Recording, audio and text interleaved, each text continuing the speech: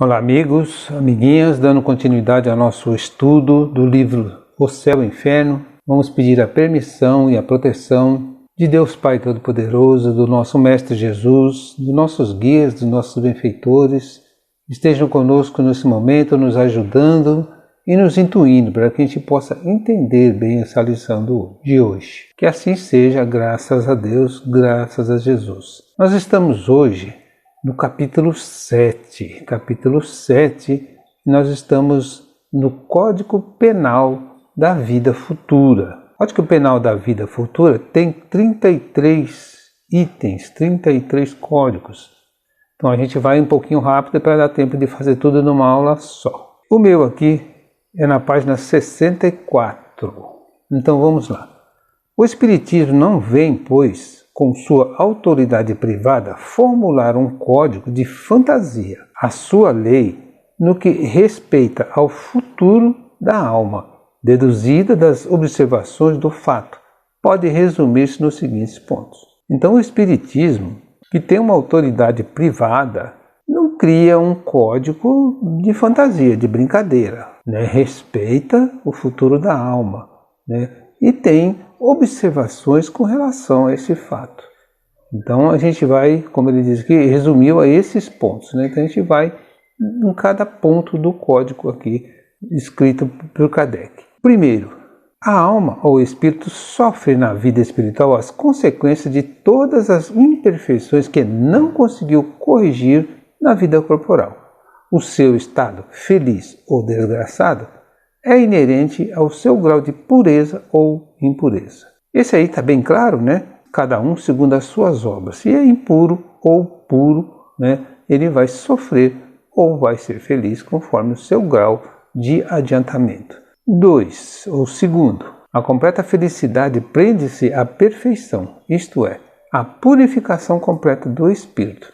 Toda imperfeição é, por sua vez, causa de sofrimento e de privação do gozo, do mesmo modo que toda perfeição adquirida é fonte de gozo e atenuante de sofrimento. Então, a perfeita felicidade, ou a felicidade completa, né, é difícil, né? Mas a felicidade é resultado da purificação completa do espírito. Ele só vai ter uma felicidade completa se for completo na sua pureza, senão ele tem uma felicidade incompleta relativa ao seu conhecimento. Código terceiro, não há uma única imperfeição da alma que não importe funestas e inevitáveis consequências, como não há uma só qualidade boa que não seja fonte de um gozo. A soma das penas é, assim, proporcionada à soma das imperfeições como a dos gozos e das qualidades. A alma que tem 10 imperfeições, por exemplo, sofre mais do que a que tem 3 ou 4. E quando dessas 10 imperfeições não lhe restar mais metade ou 1/4, menos sofrerá. Então as penas elas são relativas, né, ao tipo de imperfeição, né, relativas ao tipo do mal causado. E a maneira que vai reduzindo esse mal, então vai deixando de sofrer, ou como diz aqui, sofrerá menos. De todo extinta, então a alma será perfeitamente feliz. Então quando acabar tudo, vai ser feliz. Também na Terra, quem tem muitas moléstias sofre mais do que quem tenha apenas uma ou nenhuma. Pela mesma razão, a alma que possui 10 perfeições tem mais gozos do que outra menos rica de boas qualidades. Então, quanto mais perfeições, mais qualidades, e quanto mais qualidades, mais feliz será, ou menos sofrimento terá. No quarto, em virtude da lei do progresso, que dá a toda a alma a possibilidade de adquirir o bem que lhe falta, como de despojar-se do que tem de mal, conforme o esforço e a vontade próprios, tem que o futuro é aberto a todas as criaturas. Então tem que ter vontade própria para conseguir se despojar, né, de todo o mal que fez. Senão, não consegue evoluir, não consegue chegar à felicidade. Deus não repudia nenhum de seus filhos Antes, o recebe em seu seio à medida que atinge a perfeição, deixando a cada qual o mérito das suas obras. Então, para chegar à perfeição, tem que se esforçar. O mérito é próprio, cada um tem o seu mérito. Quinto, dependendo o sofrimento da imperfeição, como o gozo da perfeição, a alma traz consigo o próprio castigo ou prêmio, onde quer que se encontre, sem necessidade de lugar circunscrito. Então, dependendo do que fez, traz consigo ou a felicidade ou o sofrimento. Não importa o lugar. Como ele diz aqui, não existe um lugar circunscrito, não existe o inferno propriamente dito, né? É aonde ele estiver. O inferno está por toda parte em que haja almas sofredoras, e o céu, igualmente, onde houver almas felizes. Sexto, o bem e o mal que fazemos decorre das qualidades que possuímos. Não fazer o bem quando podemos é, portanto, o resultado de uma imperfeição. Se toda imperfeição é fonte de sofrimento, o espírito deve sofrer não somente pelo mal que fez, como pelo bem que deixou de fazer na vida terrestre. Então não é só não fazer o mal, tem que fazer o bem também. Sétimo, o espírito sofre pelo mal que fez, de maneira que, sendo a sua atenção constantemente dirigida para as consequências desse mal, melhor compreende os seus inconvenientes e trata de corrigi-lo. Então, como tudo que ele fizer, a atenção dele volta para aquele mal que ele fez, então vai fazer com que ele se esforce por corrigir o mal que fez, né? Oitavo, sendo a infinita justiça de Deus, o bem e o mal são rigorosamente considerados, não havendo uma só ação, um só pensamento mau que não tenha consequências fatais, como não há uma única ação meritória, um só bom movimento da alma que se perca, mesmo para os mais perversos, por isso que constituem tais ações um começo de progresso. Então nada se perde a partir do momento que começa a ter merecimento, como ele diz aqui, né, com uma ação meritória, começa a melhorar e nada é perdido. Tudo que é feito, Deus é justo. A justiça de Deus, como ele diz aqui, é infinita. Então, se fez alguma coisa boa, vai ser contado como bem. Se fez alguma coisa ruim, vai ser contado como mal. Nono, toda falta cometida, todo mal realizado é uma dívida contraída que deverá ser paga.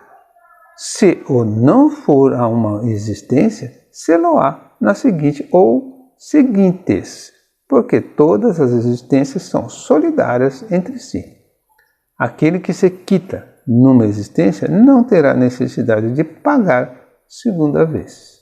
Então aqui, todo mal cometido é uma dívida.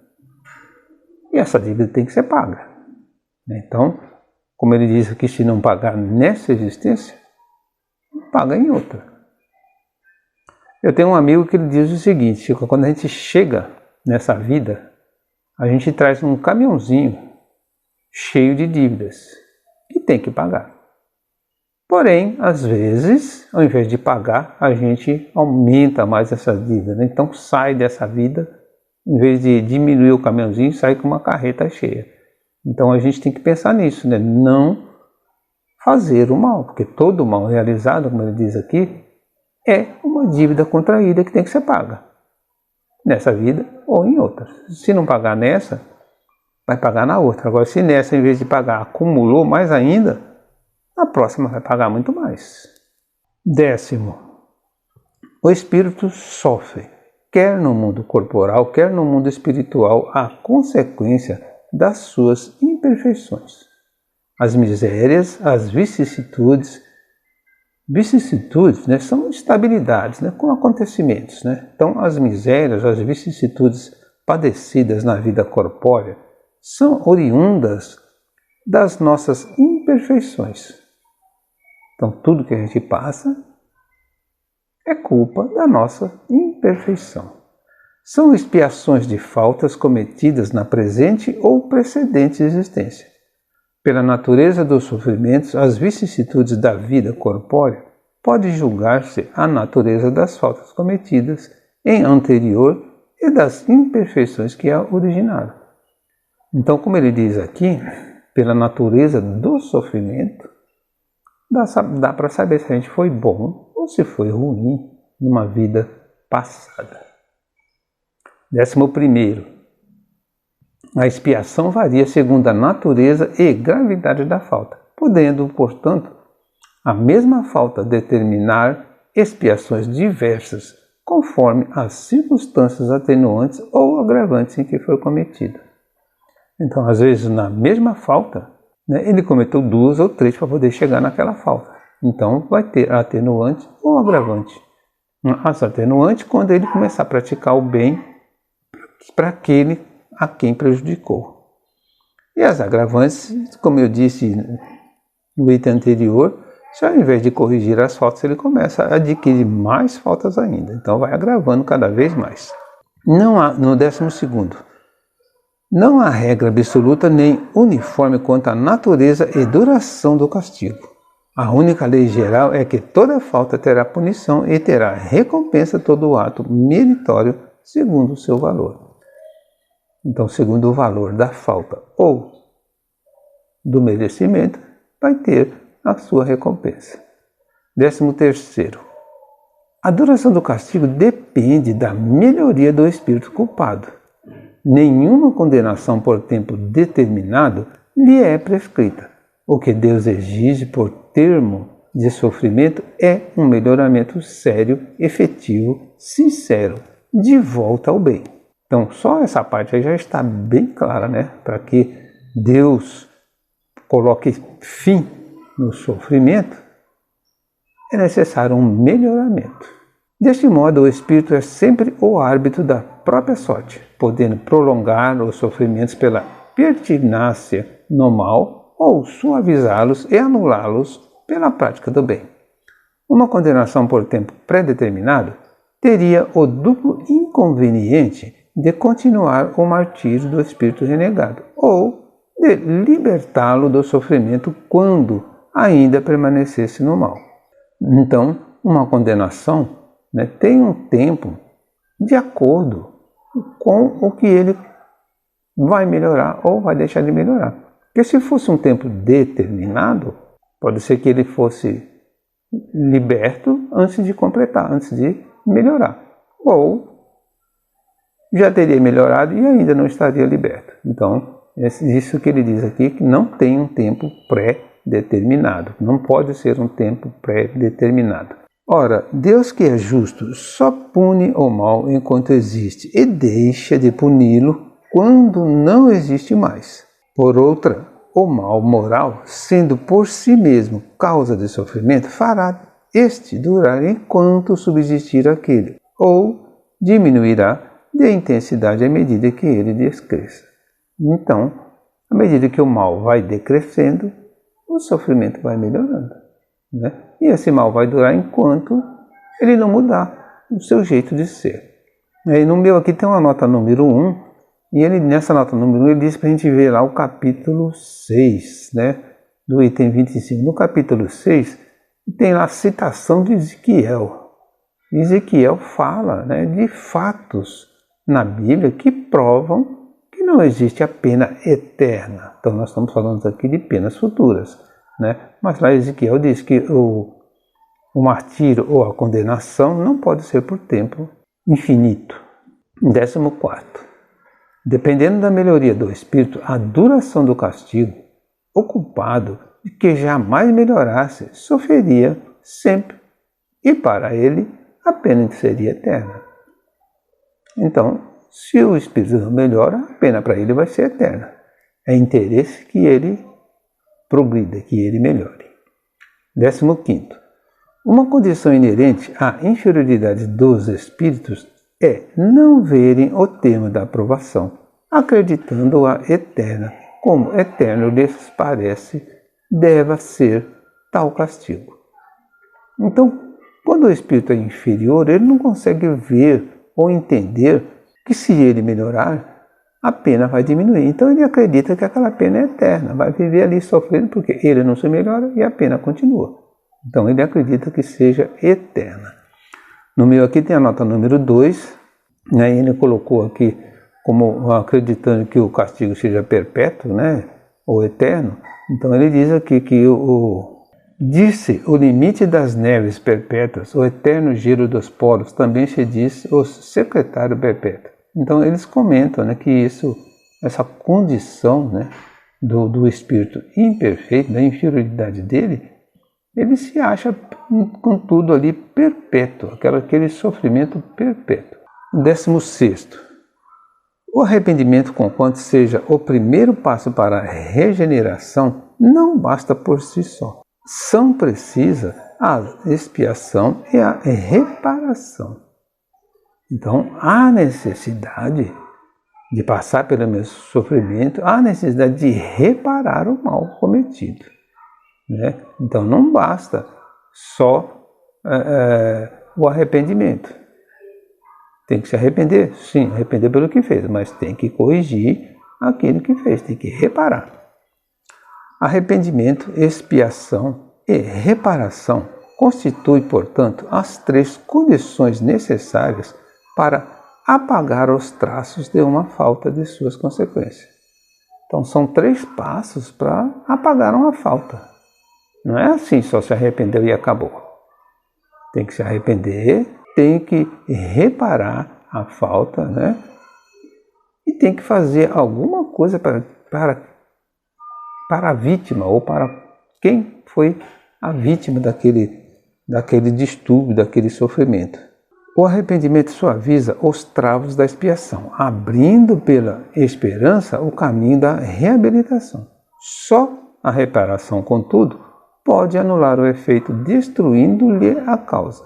Do contrário, o perdão seria uma graça, não uma anulação. Então, né, voltando, que ele tem que expiar, tem que reparar e se arrepender do que fez, senão não é válido. 17º.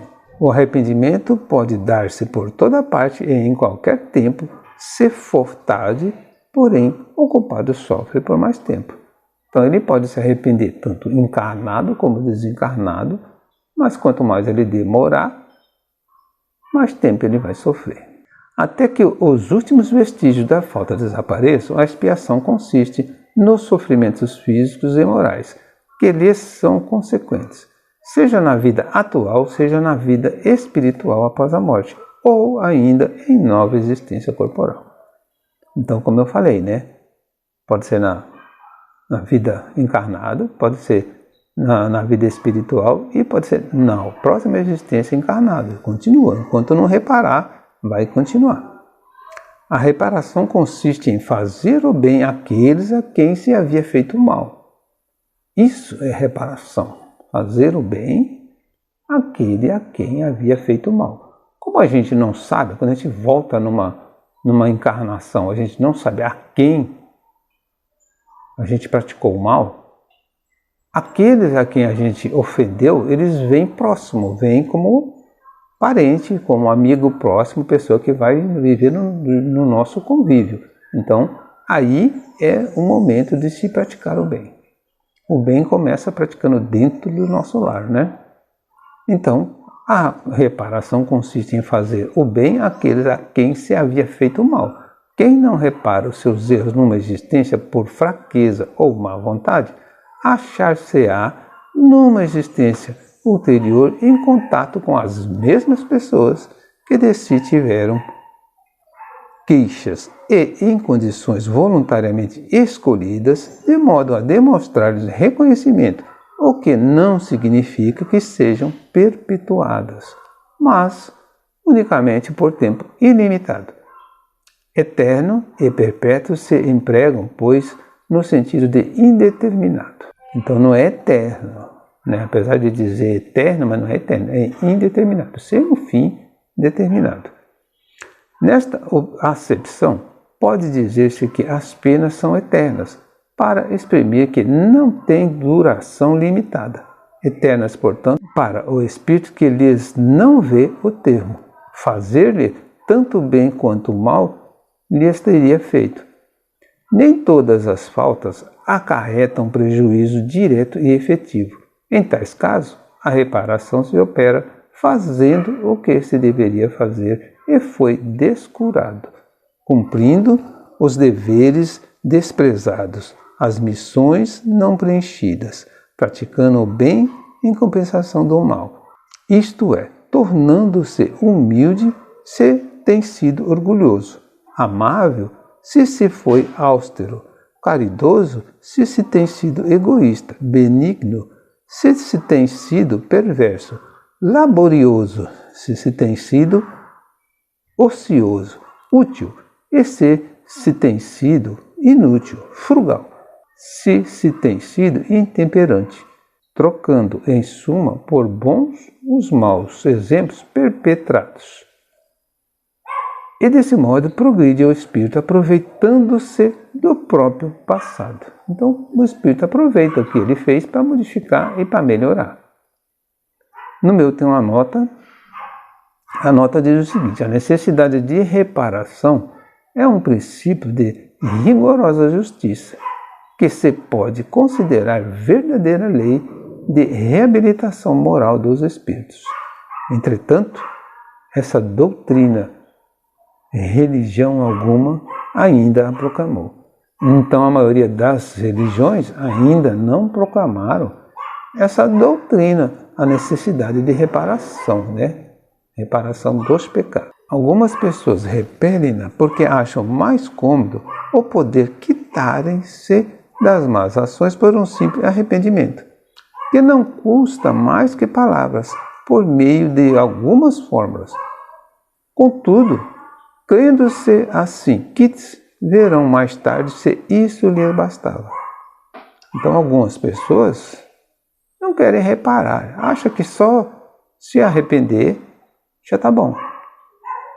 Então, são pessoas que acreditam que alguma fórmula de arrependimento, pronto, já resolveu.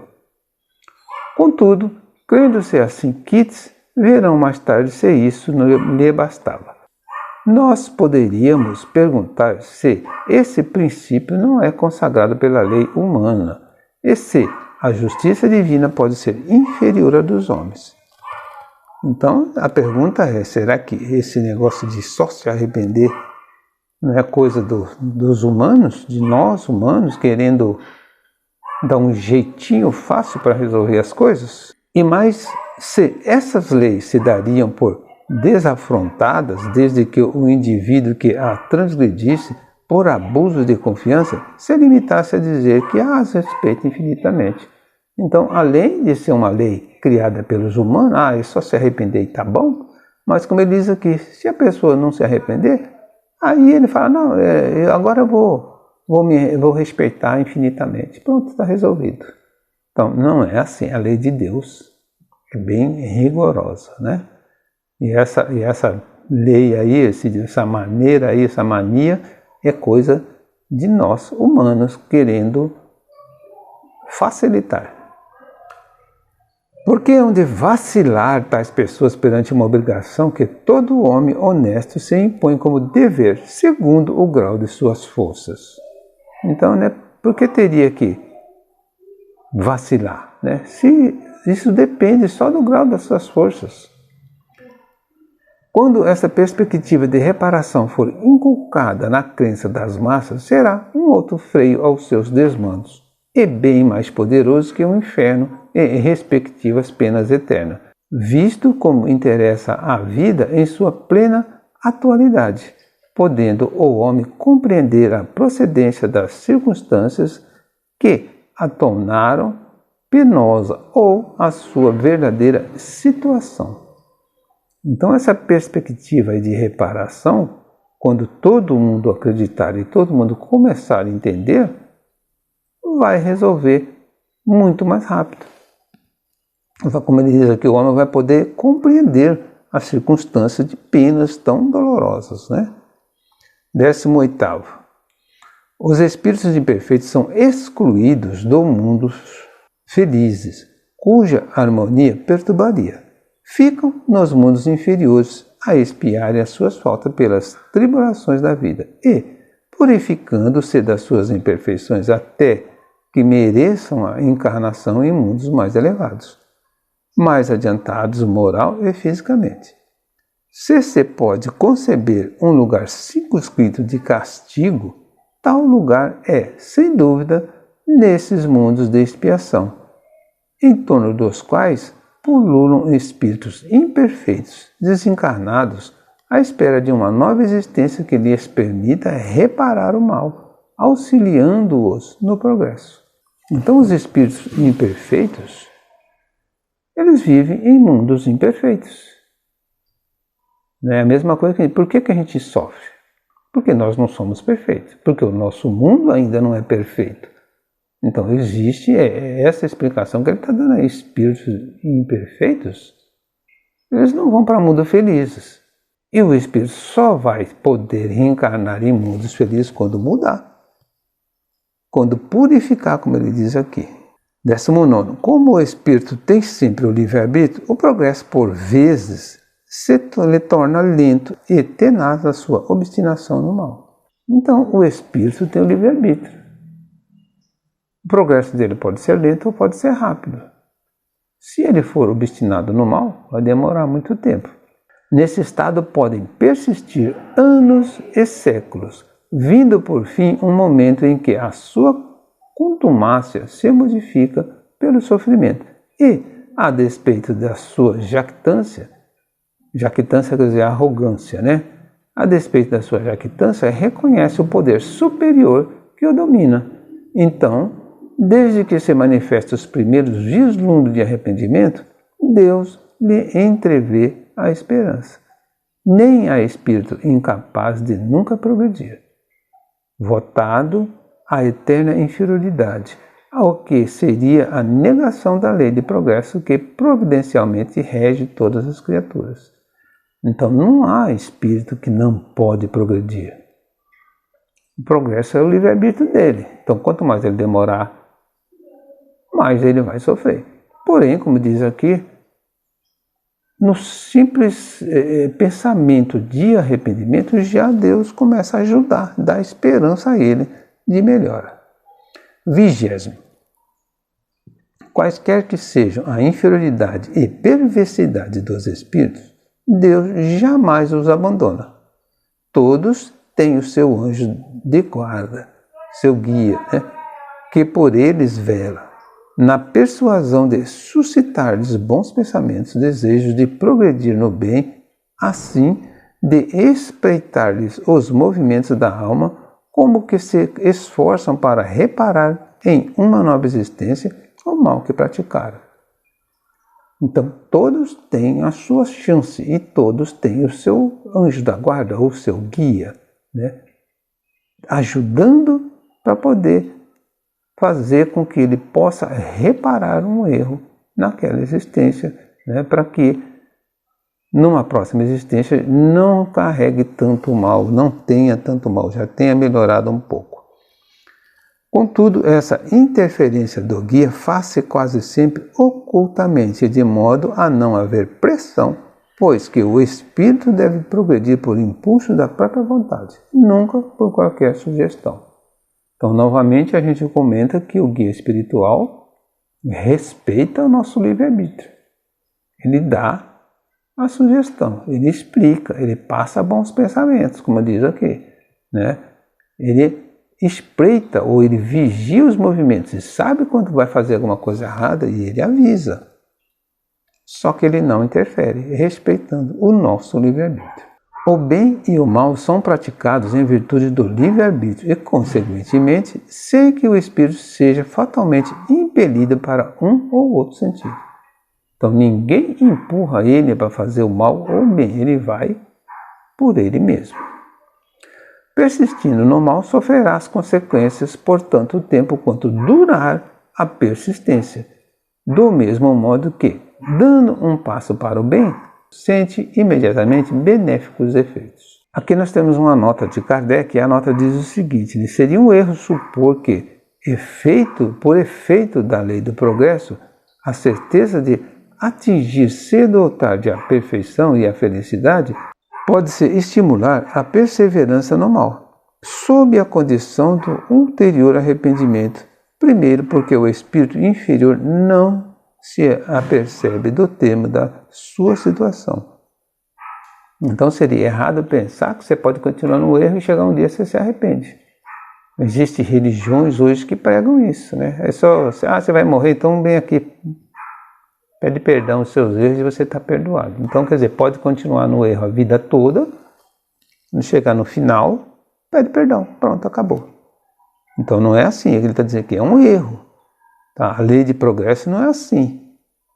A lei de progresso, como a gente vem passando nesses códigos, tem que se arrepender, tem que reparar o mal e tem que praticar o bem.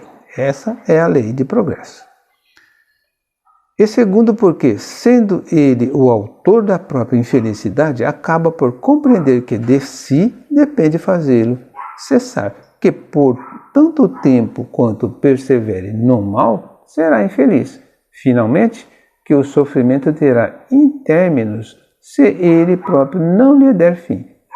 Seria, pois, um cálculo negativo cujas consequências o espírito seria o primeiro a reconhecer. Como dogma das penas irremessíveis é que se verifica precisamente tal hipótese, visto como é para sempre interdita qualquer ideia de esperança, não tendo, pois, o homem interesse em converter-se ao bem para ele sem proveito. Então ele volta aqui a citar as penas eternas. E as penas eternas, o espírito não tinha nem interesse de se melhorar, porque ele sabia que mesmo que ele se melhorasse, também não teria perdão ao mal cometido. Diante dessa lei, cai também a objeção extraída da presciência divina, pois Deus, criando uma alma, sabe efetivamente se, em virtude do seu livre-arbítrio, ela se tornará boa ou má. Então Deus sabe, é presciência, Ele sabe se aquela alma vai ser boa ou vai ser má. Sabe que ela será punida se fizer o mal, mas sabe também que tal castigo temporário é um meio de fazê-la compreender o erro, cedo ou tarde entrando no caminho do bem. Pela doutrina das penas eternas, conclui-se que Deus sabe que essa alma falirá e, portanto, que está previamente condenada a torturas infinitas. Então, mais uma vez, ele refutando aqui as penas eternas, né? Que Deus tem presciência. Deus não ia criar uma alma sabendo que ela vai falir, que ela não vai conseguir concluir, né, o objetivo, a evolução. No item 21, a responsabilidade das faltas é toda pessoal. Ninguém sofre por erros alheios, salvo se a eles deu origem, quer provocando-os pelo exemplo, quer não os impedindo quando poderia fazê-lo. Então a responsabilidade dos erros é toda nossa. Porém, se a gente provocou o erro de alguém, a gente tem consequências também, né? Por ter provocado ou ter permitido que alguém fizesse. Como ele diz aqui, poderia ter impedido. Não impediu, então você tem culpa também. Assim, o suicida é sempre punido, mas aquele que por maldade impele outro a cometê-lo, esse sofre ainda maior pena. Então quem instigou, né, sofre também. E a pena é maior, como ele diz aqui. 22º. Conquanto infinita a diversidade de punições, algumas há inerente à inferioridade dos espíritos, e cuja consequência, salvo pormenores, são pouco mais ou menos idênticas. Então, dependendo da inferioridade do espírito, pode ter uma variedade de punição, a diversidade na punição, mas é mais ou menos idêntica. A punição mais imediata, sobretudo, entre os que se acham ligados à vida material em detrimento do progresso espiritual, faz-se sentir pela lentidão do desprendimento da alma, nas angústias que acompanham a morte e o despertar na outra vida, na consequente perturbação que pode dilatar-se por meses e anos. Então também é uma punição a demora no desencarne. Como ele diz aqui, né? Depende do progresso do espírito, mas se um espírito muito ligado à vida material, ele vai ficar preso, ele vai ter essa angústia da morte. E esse despertar dele na outra vida pode demorar. Pode ser meses e até anos. Eu já atendi na mesa mediúnica um espírito que só despertou quase 3.000 anos depois. Ele contava que ele era do tempo dos faraós. Então, o tempo de faraós, né, a gente já está aí há 2.000 anos de Jesus, então já era uns 1.000 anos aí antes de Jesus. Acredito aí mais de 2.000 anos. Então, o espírito demora tanto para acordar, para passar para outra vida. Por quê? É muito ligado à parte material. Naqueles que, ao contrário, têm pura a consciência na vida material, já se acham identificados com a vida espiritual, o trespasse é rápido, sem abalos, quase nula, a turbação de um pacífico despertar. Então, aqueles, né, que têm a consciência que a vida material não tem muito valor, então eles sabem, eles se identificam mais com a vida espiritual. Então, a passagem da vida física para a vida espiritual é rápida, sem muito abalo, quase nula, como ele diz aqui. 23º.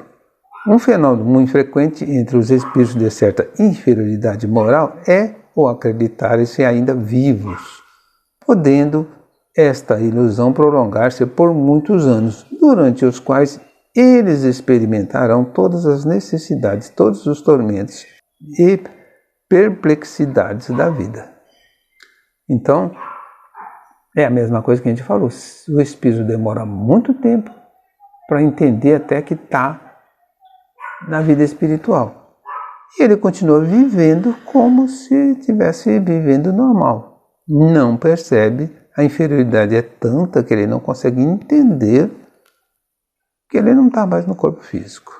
24. Para o criminoso, a presença incessante das vítimas e das circunstâncias do crime é um suplício cruel. Então, aqueles que cometem crimes, eles têm a vítima do lado deles incessantemente. Voltam incessantemente ao local, às circunstâncias que aconteceu. Então aquilo é um sofrimento, a gente fala um loop, né? Fica revivendo aquilo, revivendo por muito tempo. 25º. Espíritos há mergulhados em densa treva, outros se encontram em absoluto insulamento no espaço, atormentados pela ignorância da própria posição, como da sorte que os aguarda. Os mais culpados padecem torturas muito mais pungentes por não lhes entreverem um termo. Então, quando diz espíritos ignorantes, né, ou espíritos imperfeitos, né, eles ficam no escuro, nas trevas, eles não conseguem ver um futuro, ficam num casulo, insulados, como ele diz, presos a um espaço limitado e atormentados pela própria ignorância. E eles não conseguem entender que, se pedirem ajuda, se modificarem, se melhorarem, eles conseguem sair dali. Alguns são privados de ver os seres queridos e todos geralmente passam com intensidade relativa pelos males, pelas dores e privação que a outrem ocasionaram. Esta situação perdura até que o desejo de reparação pelo arrependimento lhes traga a calma para entrever a possibilidade de, por eles mesmos, ter uma situação. Então, ele está confirmando aqui, né, ele vai sofrer até que ele tenha o desejo de reparar, de melhorar, de se arrepender. E aí começa a abrir os caminhos. 26º. Para o orgulhoso e relegado às classes inferiores, é suplício ver acima dele, colocados cheio de glória e bem-estar, os que na terra desprezara. O hipócrita vê desvendados, penetrados e lidos por todo o mundo os seus mais secretos pensamentos, sem que os possa ocultar ou dissimular. O sátiro, na impotência de os saciar, tem na exaltação dos bestiais desejos o mais atroz tormento. Vê o avaro o esbanjamento inevitável de seu tesouro, enquanto que o egoísta, desamparado de todos, sofre as consequências da sua atitude terrena.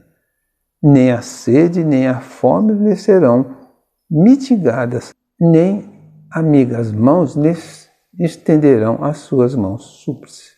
E pois que em vida só de se cuidar, ninguém deles se compadecerá à morte. 27.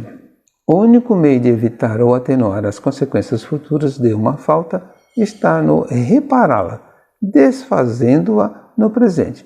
Quanto mais nos demorarmos na reparação de uma falta, tanto mais penosa e rigorosa serão no futuro as suas consequências.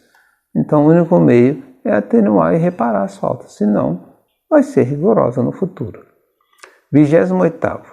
A situação do espírito no mundo espiritual não é outra senão a por si mesmo preparada na vida corpórea.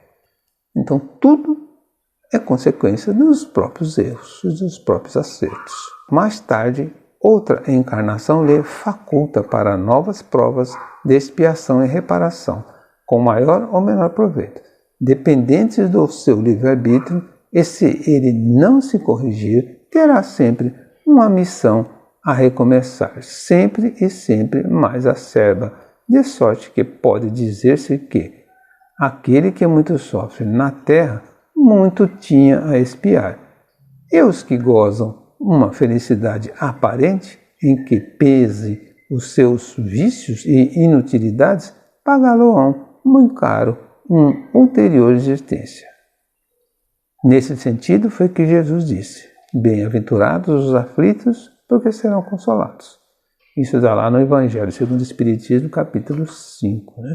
Então, o sofrimento é por consequência dele mesmo, do livre-arbítrio dele. E assim que ele pensa ou tenta recomeçar, tem que entender que tem que modificar. Senão, vai continuar, como ele diz aqui, nos mesmos vícios, nas mesmas inutilidades. Então, vai pagar cada vez mais caro numa outra existência. Como eu falei, se você já vem com débito de uma vida anterior e chega nessa, você em vez de quitar, você acumula mais débito, então vai pagar, como ele diz aqui, muito caro numa existência ulterior, depois, numa próxima existência. 29. Certo, a misericórdia de Deus é infinita, mas não é cega. O culpado que ela atinge não fica exonerado e, enquanto não houver satisfeito a justiça, sofre a consequência dos seus erros. Por infinita misericórdia, devemos ter que Deus não é inexorável, deixando sempre viável o caminho da redenção. Então, a misericórdia de Deus é infinita, mas não é cega. Então, tem que fazer por merecer, a misericórdia. E Deus deixa sempre o caminho aberto. Tem que fazer por merecer. Tem que se melhorar. 30. Subordinada ao arrependimento e reparação dependentes da vontade humana, as penas por temporários constituem-se concomitantemente castigos e remédios auxiliares à cura do mal. Então, as penas é um remédio. A gente sofre para aprender, para curar. Então, temos que entender que esse sofrimento é a cura do mal. Os espíritos em prova não são, pois, quais galés, galés seria um criminoso, Então, eles não são quais galés por certo tempo condenados, mas como doentes de hospital, sofrendo de moléstias resultantes da própria incúria, a compadecerem-se com meios curativos mais ou menos dolorosos que a moléstia reclama, esperando alta, tanto mais pronta quanto mais estritamente observada as prescrições do solícito médico assistente. Então, quando ele diz aqui, não é como um criminoso condenado eternamente, mas é um doente que está ali se tratando. mas ele só vai sair dali se ele seguir exatamente o que o médico passa. É o que a gente passou nos itens atrás. Tem que se arrepender, né? Tem que reparar, tem que praticar o bem. Se os doentes, pelo próprio descuido de si mesmo, prolongam a enfermidade, o médico nada tem a ver com isso. Então o médico não é culpado se a pena parece eterna, né? 31º. As penas que o espírito experimenta na vida espiritual ajuntam-se às da vida corpórea, que são consequentes a imperfeições do homem, às suas paixões, ao mau uso das suas faculdades e à expiação de presentes e passadas faltas. Então as penas também são sofridas na parte espiritual, não é só na vida física, na parte espiritual também, né? Então ele experimenta tanto nenhuma como outra. E se ele cometeu erro enquanto espírito ou enquanto desencarnado, vai se juntar aos erros que cometeu quando encarnado, vai acumulando. É na vida corpórea que o espírito repara o mal de anteriores existências, pondo em prática resoluções tomadas na vida espiritual. Assim, se explicam as misérias e vicissitudes mundanas que, à primeira vista, parecem não ter razão de ser. Justas são elas, no entanto, como espólio do passado, herança que serve à nossa romagem para perfectibilidade. Então, na parte espiritual, ele vai entender o erro que fez. Quando ele volta na parte física, quando ele reencarna, ele tem que corrigir. Senão, é uma herança que ele está trazendo aí, como a gente já comentou. É aquele caminhãozinho que já vem cheio de coisas erradas. Então, tem que mudar, tem que melhorar para poder ir para a perfeição, né? A caminho da perfeição. E aqui tem uma nota que ele pede para a gente ver lá na primeira parte, no capítulo 5. A gente já tratou disso, do purgatório, né? A gente já viu isso também. E no Evangelho segundo o Espiritismo, lá no capítulo 5, também fala sobre bem-aventurados os aflitos, que é a mesma situação. O sofrimento, né, é causado pelo próprio Espírito. Ele mesmo provoca o seu sofrimento. 32º. Deus diz-se, não daria prova maior de amor às suas criaturas, criando-as infalíveis e, por conseguinte, isentas dos vícios inerentes à perfeição. Então, Deus, ele não ia, criar uma criatura infalível. Então, se a criatura é infalível, não precisaria ter vícios, e não seriam imperfeitos. Para tanto, fora preciso que ele, Deus, que ele criasse seres perfeitos, nada mais tendo a adquirir, quer em conhecimento, quer em moralidade. Certo, porém, Deus poderia fazê-lo e, se não o fez, é que em sua sabedoria quis que o progresso constituísse lei geral. Então Deus poderia sim ter criado seres perfeitos, que não tivesse nenhum desses problemas que nós temos. Mas Deus, quis que a gente aprendesse a parte moral, que a gente tivesse o conhecimento dessa parte moral. Porque senão, a gente não ia ter mérito nenhum em se melhorar. Já era bom, não precisa se preocupar com nada. Os homens são imperfeitos e, como tais, sujeitos às vicissitudes mais ou menos penosas.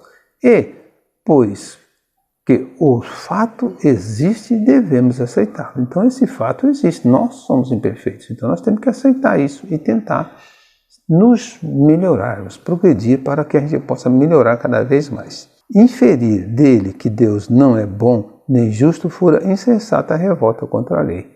Então não se pode dizer que Deus não é bom nem justo. Injustiça haveria sim na criação de seres privilegiados, mais ou menos favorecidos, fruindo gozos que outros, porventura, não atingem senão pelo trabalho, ou que jamais pudessem atingir.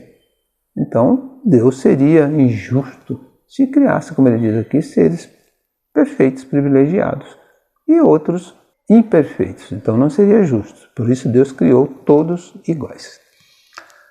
Ao contrário, a justiça divina patenteia-se na igualdade absoluta que preside a criação dos espíritos. Todos têm o mesmo ponto de partida e nenhum se distingue em sua formação por melhor aquinhados, cuja marcha progressiva se facilite por exceção. Os que chegam ao fim têm passado, como qualquer outro, pelas fases de inferioridade e respectivas provas. Então, os que chegam à perfeição não foram privilegiados, eles não tiveram um padrinho para poder colocar lá, eles sofreram para poder chegar na perfeição. Como ele diz aqui, passaram por todas as provas respectivas. Isso posto, nada mais justo que a liberdade de ação a cada qual concedida. O caminho da felicidade a todos se abre amplo, como a todos as mesmas condições para atingi-la. A lei, gravada em todas as consciências, a todos é ensinada. Deus fez da felicidade o prêmio do trabalho e não do favoritismo, para que cada qual tivesse seu mérito. Todos somos livres no trabalho do próprio progresso. E o que muito e depressa trabalha, mais cedo recebe a recompensa. O romeiro que se desgarra ou em caminho perde tempo, retarda a marcha e não pode queixar-se senão de si mesmo. Então todo mundo tem a possibilidade de chegar lá. Quanto mais rápido, melhor. Aquele que atrasa, a culpa é dele mesmo. O bem como o mal são voluntários e facultativos, livre. O homem não é fatalmente impelido para um nem para o outro. Então novamente ele diz aqui, o homem não é impelido para um nem para o outro. Tem seu livre-arbítrio, faz o que quer e sofre as consequências do que fez. 33º. Em que pese a diversidade de gêneros e graus de sofrimento dos espíritos imperfeitos, o Código Penal da Vida Futura pode resumir-se nesses 3 princípios. Tudo que acontece no grau e no gênero de sofrimento está resumido nesses 3 princípios. Primeiro, o sofrimento é inerente à imperfeição. Então, se ele é imperfeito, ele vai sofrer. Segundo, toda imperfeição, assim como toda falta dela promanada, traz consigo o próprio castigo nas consequências naturais e inevitáveis. Assim, a moléstia pune os excessos e da ociosidade nasce o tédio, sem que haja mister de uma condenação especial para cada falta ou indivíduo. Então, a imperfeição faz com que a falta aconteça. E aí a consequência é natural, inevitável. E ele traz consigo aquele tédio, aquela ociosidade que ele tem que resolver, aquele problema, aquela falta que cometeu. Terceiro, podendo todo homem libertar-se das imperfeições por efeito da vontade, pode igualmente anular os males consecutivos e assegurar a futura felicidade, a cada um segundo suas obras, no céu como na terra. Tal é a lei da justiça divina. Então, a lei de Deus, a lei da justiça divina, é assim, cada um segundo as suas obras. Se você pratica o bem, você vai receber o bem. Se pratica o mal, vai sofrer as consequências. Para a gente terminar, um resumo de todos esses códigos, esses 33 itens que ele colocou, o resumo é o seguinte: para que o espírito atinja a vida futura, para que ele possa ser feliz, ou para que ele possa evoluir, ele tem que se atentar, ou ter atenção a três itens. O espírito precisa de ressarcimento das dívidas, ou seja, reparar as dívidas, perdoar os devedores e praticar o bem. São 3 pontos básicos de todos esses itens que ele colocou aqui. Reparando as dívidas, perdoando e praticando o bem, ele vai atingir a perfeição. Terminamos aqui a nossa aula de hoje. Gostaria de mais uma vez pedir aí, quem ainda não se inscreveu no nosso canal, por favor, se inscreva lá. A gente precisa de ter aí uma quantidade de inscritos para que o YouTube não cancele nosso canal. Agradeço a todos, que Jesus nos abençoe.